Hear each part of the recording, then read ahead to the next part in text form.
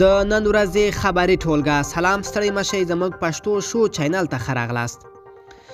ننګرهار. د ننګرهار سیمه ییز چارواکي وایي ملي امنیت ځواکونو د جلال آباد ښار اړوند روخان مینه سیمه کې د صادق په نامه د داعش ډلې یو غړي سره د 4 ماینونو چې په یوه رکشا کې ځای پر ځای شوي وو نیولي دي.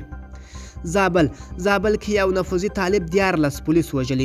سرچینه وایي چې تېره شپه د زابل مرکز کلات کې د پولیسنګي پوسته کې یو نفوذي طالب چې د پولیسو په کرښو کې دنده لرله خپل 14 پولیس ملګري وژلي دي. سرچینه وایي بریدګر له سیمه تښتېدلی دی او د یادې پوستې وسلې هم له ځان سره وړي دي. پاکستان هند په افغانستان کې د ترهګرو د روزلو لپاره 6 مرکزونه لري. د نیوز انټرنیشنل ورځپاڼې د پاکستاني چارواکو له قوله لیکلي چې هند په افغانستان کې د ترهګرو د روزلو لپاره 6 او په افغانستان کې 21 مرکزونه لري. بلوچ بیلتون پالې ډلې 4 پاکستاني سرتیري وژلي. بلوچ بیلتون پالې ډلې د مشکي پتنګ سیمه کې د پاکستاني عسکرو یو موټر په بم الوزولی چې 4 پاکستاني سرتیري پکې وژل شوي دي. د یادې ډلې ویان میجر ګهرام بلوچ وایي ملګرو یې د پاکستاني عسکرو موټر ته ماین ځای پر ځای کړی او 4 پاکستاني سرتیري پکې وژلي دي. نوموړي سایهون نیوز ته ویلي چې د پاکستاني عسکرو یو موټر چې په ګزمه وتلی و د دوی له لورې په بم الوزول شوی دی. ګهرام وایي که پاکستان حکومت د بلوچ بیلتون پالې ډلې غوښتنې ونه مني نو د دوی له لورې پیل شوي بریدونه به ښار ته ورسیږي. صالح ګلبدین حکمتیار ته وسلې نه قاچاقول له قانوني لارې اخیستی شو. د ولسمشر لومړي مرستیال امرالله صالح د ګلبدین حکمتیار پر پرونیو څرګندونو غبرګون ښودلی دی.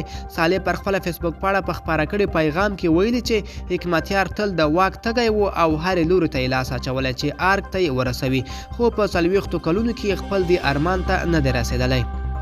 امرالله صالح ویلي د حکمتیار دغه ادعا ناسمه ده چې ګواکې حکومت له قاچاقي لارو وسلې راوړي.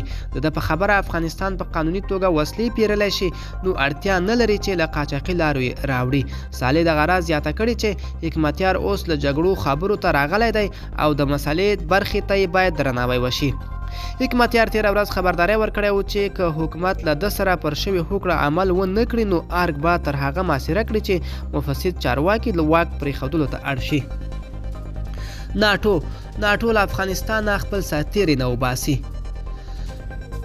ټاکل شوې روانه اونۍ ناټو افغانستان کې د خپلو سرتیرو د برخلیک په اړه غونډه ترسره کړې چې د ناټو غړي هیوادونه به په افغانستان کې د دغه سازمان د سرتیرو په اړه پریکړه وکړي. خو اوس یو شمېر سرچینې وار د مخه وایي چې ناټو په افغانستان کې خپل حضور ته ادامه ورکوي.